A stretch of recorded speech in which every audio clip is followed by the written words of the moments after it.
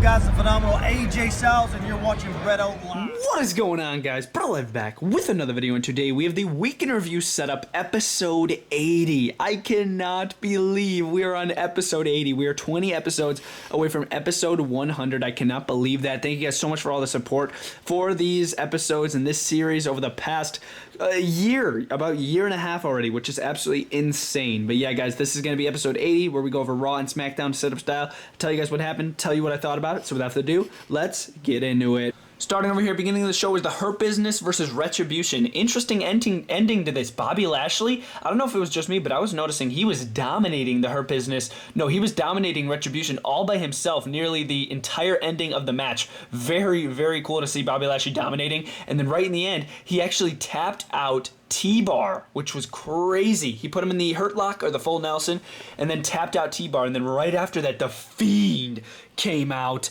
and the lights went out. The Fiend came out. He was sitting next to all of Retribution. He took them all out after the Hurt Business won the match. His sister Abigail Mustafa Ali took out literally all of Retribution single-handedly. He did it all by himself. I'm like, oh my gosh. And before the match and everything, of course, you guys know what happened with the Fiend and Alexa Bliss. Retribution surrounded them. They disappeared, and then they got into the match. So yeah, it's basically why the Fiend wanted to take out Retribution. But yeah, is this sort of like a WWE versus Retribution theme going on here? Or is the Fiend just totally super angry Retribution? Not really sure, but it's interesting. That's for sure. Moving over here, we also saw the appearance of Alexa Bliss in the Firefly Funhouse. So I guess Alexa Bliss is going to be part of the Firefly Funhouse now with Bray Wyatt, which I fully understand, because of course she's like the Harley Quinn of the Joker here instead with Bray Wyatt, which is very, very interesting. She basically was just like, we're gonna have so much fun here and stay tuned and all this. So that was pretty freaking cool. Moving over here, this was probably my favorite part of the show.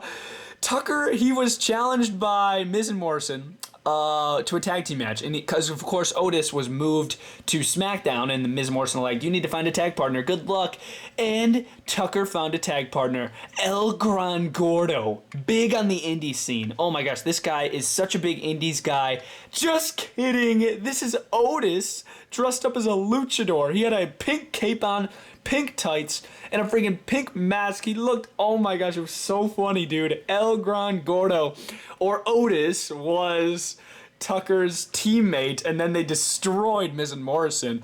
Otis did his signature hop off the ropes into a frog splash, and then his elbow, which was not too bad, and then they picked up the victory, which was pretty freaking hilarious. But yeah, I love this, man. If they keep on bringing El Gran Gordo back every week, I'd be totally fine with it, because of course he's on SmackDown as Otis, but El Gran Gordo on Raw. I thought that was pretty interesting. Moving over here, it was actually first, it was Lana versus Asuka for the Raw Women's Championship. Wasn't expecting anything there. Asuka retained, and then right after that, Nia Jax came out, I think this is the 5th time, and sent Lana through the announcer's table. So that's interesting. And then that led to an open challenge, and then 3 friggin' teams responded. Most interesting being Lacey Evans and Peyton Royce. That one was pretty interesting. And then, of course, Riot Squad, Liv Morgan, Ruby Riot. And then Dana Brooke and Mandy Rose. I'm not a big fan of that team, by the way. But yeah, it was a Fatal 4-Way tag team match. And in the end, Shayna Baszler and Nia Jax still ended up picking up the victory, which is absolutely crazy. Still couldn't believe that. They still picked up the victory after friggin' 3 teams were put up against them. Pretty decent. I'm very interested in this tag team right here, Peyton Royce and Lacey Evans. I think that one's very interesting.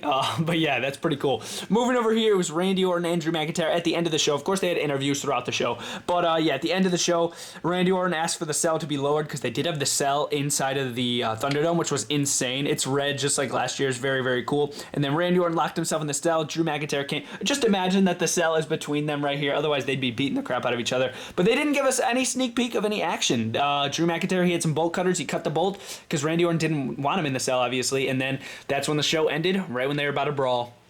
So yeah, I am looking forward to their match at the Cell. Predictions on the channel, make sure to check them out. Moving over here, it was Elias's musical performance, because of course his new album is dropping this Monday. Wow, it was actually really, really good. I'm very surprised. It was actually really, really good. Hats off to Elias. Not sure if he was lip syncing, but yeah, if he wasn't, it was so friggin' good. I really enjoyed it. At the end, Elias was like, thank you, and then we're like, we want an encore. And then some production guy grabbed his guitar because he wanted to like cheer with the crowd, and the production guy was Jeff Hardy. And then he tried to swing at Elias. He tried to swing at Elias and then missed, and then Elias just backed down, and Jeff's like, I didn't hit you with the car. So it's still a mystery on who hit Elias with the car. I don't think it was Sheamus, and I don't think it was Jeff Hardy. So it's still a mystery on who hit him with the car. I am very interested in to see who they're going to reveal who did that. But yeah, pretty cool right there. I enjoyed that. Moving over here, AJ Styles versus Matt Riddle one-on-one match, and AJ Styles has another guy in his corner. His name's Jordan something. He's a massive dude, freaking huge. He was that one dude that was guarding the Raw Underground door. He was the bouncer for the Underground door, and he's a super massive guy. But yeah, I guess he's gonna be like the bodyguard of AJ Styles, which I'm very disappointed about, because AJ is best by himself. Just make him a heel by himself. He doesn't need anybody. I don't like how they keep on doing this. But yeah, AJ Styles, he did pick up the victory with a lot of help from his man Jordan on ringside. Hit the Styles Clash on Matt Riddle and then picked up the victory.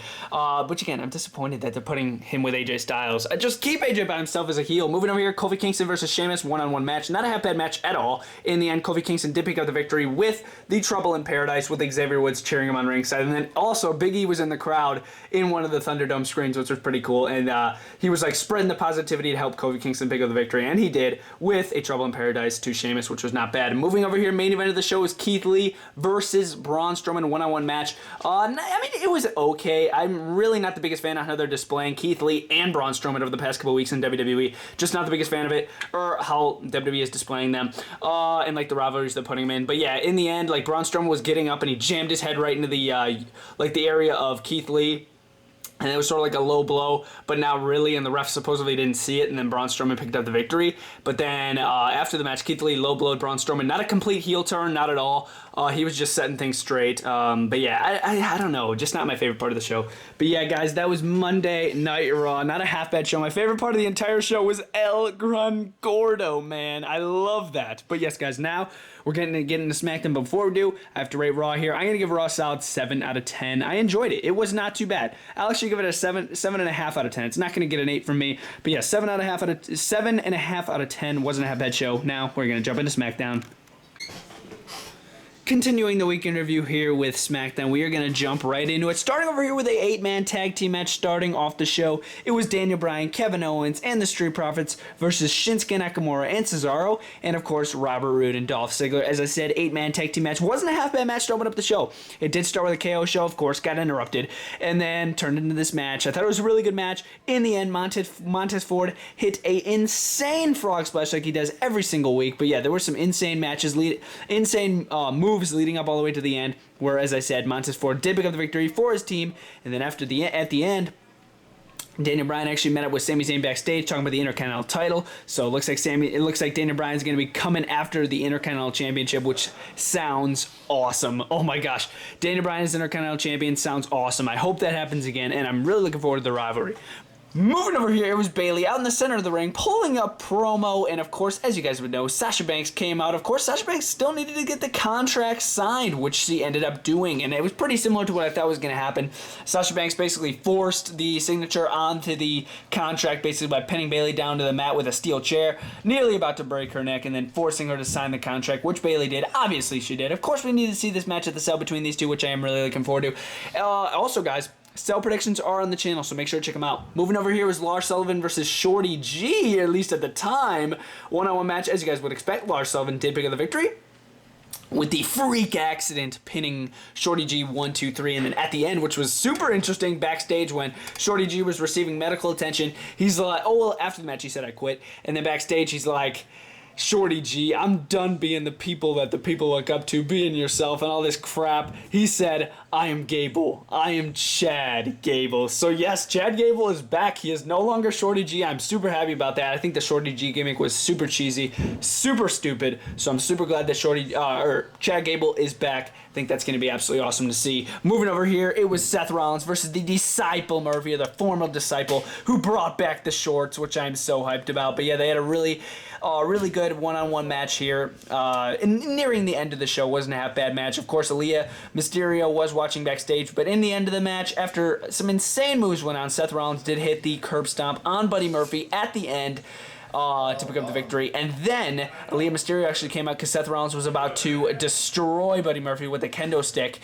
and then she went to just cover Buddy Murphy, and then Dominic came out, and then Rey Mysterio came out, got Seth Rollins out of there. So yeah, it's very interesting what's going on with Buddy Murphy and Aaliyah. I still don't really know what's going on. But yeah, not a bad moment right there. Moving over here, it was Bianca Belair versus Selena Vega, and then Bianca Belair picked up the victory with the KOD. 1, 2, 3 picked up the victory. Not a half bad match, I guess. Moving over here was Roman Reigns.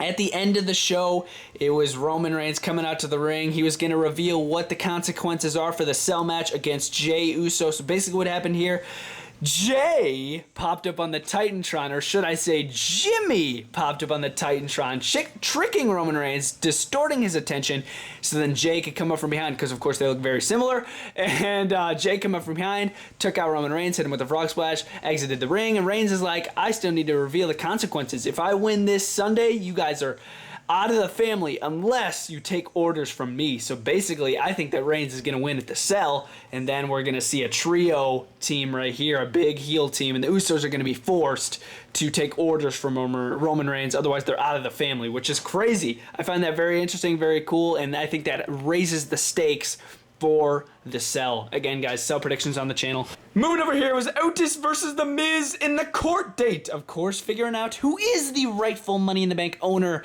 and that would be yet to decided. But yes, JBL was the judge, and Farouk, aka Ron Simmons, was the security guard / police officer / APA protection up in the front.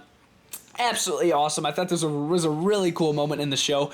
They were just going back and forth with facts, but in the end, before JBL was about to make his decision, he was about to still just cancel this entire thing and keep Otis as Mr. Money in the Bank until Miz pulled out a briefcase, and then he handed it to JBL. No, he handed it to Ron Simmons, who handed it to JBL. He opened it up, and cha-ching, there was a bunch of money inside of it. So then JBL changed his idea, and now at the Cell, it's going to be Otis versus The Miz. The winner is the rightful Money in the Bank owner. I really hope Miz picks up the victory. To be honest with you guys, I love Otis, but I really hope that Miz picks up the victory. I think that would be way cool. And then Morrison and him have a rivalry, and Morrison gets jealous. Oh my God. Make it happen, WWE, if you guys are watching. But yeah, that was a really cool moment in the show. I really enjoyed that, seeing JBL and Ron Simmons out there with Otis and just making things go down. I thought that was pretty fun. But yes, guys, that was SmackDown. That was Raw in the setup style. I really guys enjoyed first SmackDown. I'm going to SmackDown an 8 out of 10. I thought it was a really, really good show. And I'll see you guys next time. Let me know your predictions as well. But yeah, let me know your ratings down in the comments down below. And I'll see you guys next time. BrettO Live out.